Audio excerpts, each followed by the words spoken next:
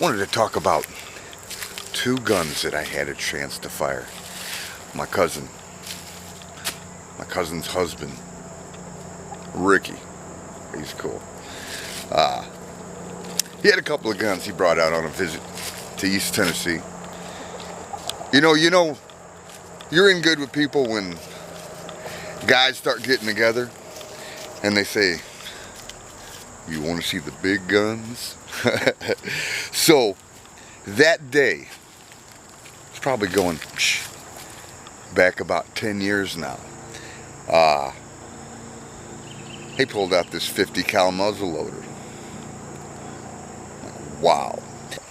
This thing was long, it was heavy, and I've never fired anything that kicked like that, so, until you do, you have no idea what to expect. This thing, I just remember, I wasn't aiming at anything in particular. It was just, shooting into the woods, right? I mean, I don't know, I saw a tree or whatever, I think I missed it. This thing kicked so hard in the video, it staggered me back about 4 or 5 steps. And I was just blown away by the amount of power. I'm thinking, how practical is a weapon like that anyway? Could you imagine it? I watched him set up this little thing with the whatever in the pack and the what. I go, it takes you 15 minutes to get one shot ready? I don't think so. Still a cool gun. Would I have one? Probably, if I got a deal on it. But I went over to my other cousins who lives in the woods. All right, it's East Tennessee. It's just like southeast central Kentucky in a lot of ways, except for the people are friendlier. My cousin had a rifle. I don't remember exactly what kind of rifle it was, but it looked like the one that they found in the bushes at that university. It was 30-06. Had a scope. He said it's powerful. All right, well, I already shot a 50 cal. I didn't know what a 30-06 even calculated to. All I know is when he showed me the round, I thought, holy crap, man. What do you hunt with a round like that? Elk, bear, things like that. But you don't go hunting bears. Sometimes they can become problematic, and they tag them. So when you drop them, just sit there and wait for the game warden because they're coming. And they're not friendly there either. So, long story short, he lives up this ridiculously steep gravel driveway. Just a mobile home up at the top. Nothing at all, really, on the surface to look at. It wasn't until we walked out onto his front porch. It was just this big wooded bowl. It's the woods, son. There are no roads or anything. You're looking at like wildland, and it's a bowl. And I saw this thing way off in the distance, and it looked like a piece of rice. It was a mobile home. I could see right through the kitchen window with it. We chambered around, got it ready. I've never fired anything. I wasn't resting on anything, remembering that 50 cal from earlier in the day. I lined up. Now this was just some random tree sticking up.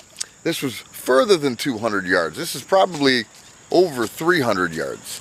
I remember dropping my sight on this big, jagged, dead tree sticking up really high in the air. And as soon as I pulled that trigger, when you take a proper controlled breath as you're exhaling, I shot that mother right down the center. It looked like I was a sniper. Now, I'm not trying to say that I'm a natural, man. I'm a natural. I'm awesome, right? That was just what a little bit of discipline can get you. So, what I wanted to do is I wanted to show you a series of videos that I found on other places on YouTube. First of all, for those of you that don't know anything about ammo, this is what the difference between a 9mm and a 30-06 looks like when you're looking at them side by side. The one on, of course, the left is the 9. The one in the middle, I believe, is at a 308. And the one on the end is a 30-06. So, you always hear people saying, that's even too much for a buck. What can it do to a buck? The exit wound. The exit wound is what's important here because it's a lot of power.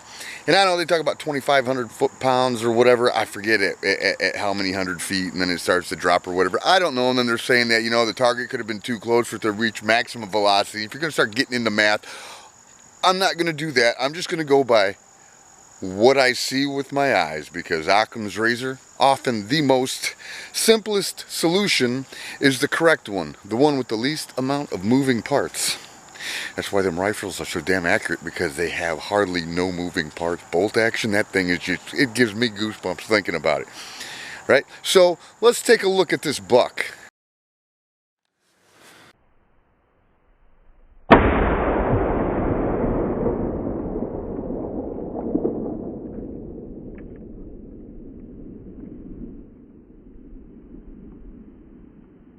So right here's where I got her. Right there in the face. The exit's way more impressive. No kidding. Now that was the federal blue box, right? Absolutely. 150 grain, 30-06. Yep, doesn't get better than that. That's all you need. Now look at that exit wound. You can stick your head in that thing, man. Am I lying? I mean, at least you can get your fist in there. That's a big game round. There is no way you can tell me, I don't care if you try to associate Jesus with your conclusion, bullshit. All right? I don't believe that was a 30-aught round. That's all I'm saying. And that rifle is confirmed to be his grandpa. There's a lot of stuff linking him to that particular firearm. But the only thing that's going to show if they did actually get this round just beneath the skin, they should be able to do a ballistics test and match them up. Don't give me that crap, it can't be traced. You can at least tell what size round it really was. I really don't believe, I have a hard time believing that that's what that is. Am I being unreasonable?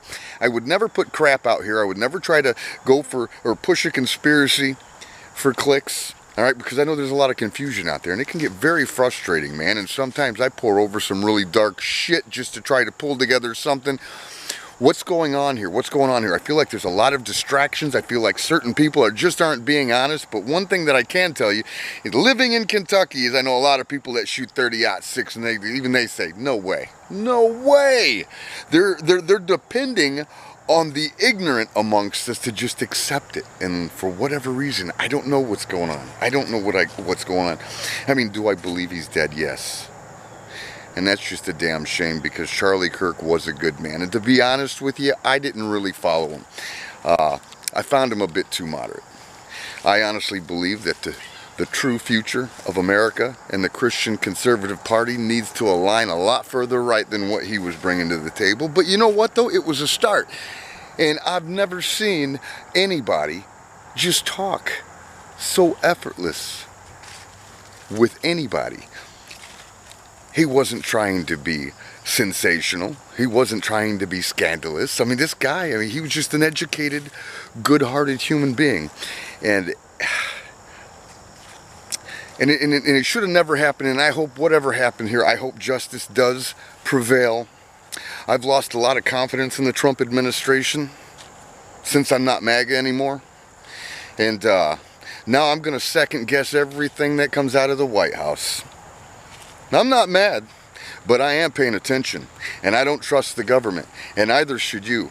So don't be so quick, guys, to share conspiracies. I mean, it's okay to ask questions, but I mean, Candace Owens, she's getting a little reckless there, and there are some people that I have some respect for that are putting some stuff out there unfounded, and they should know better.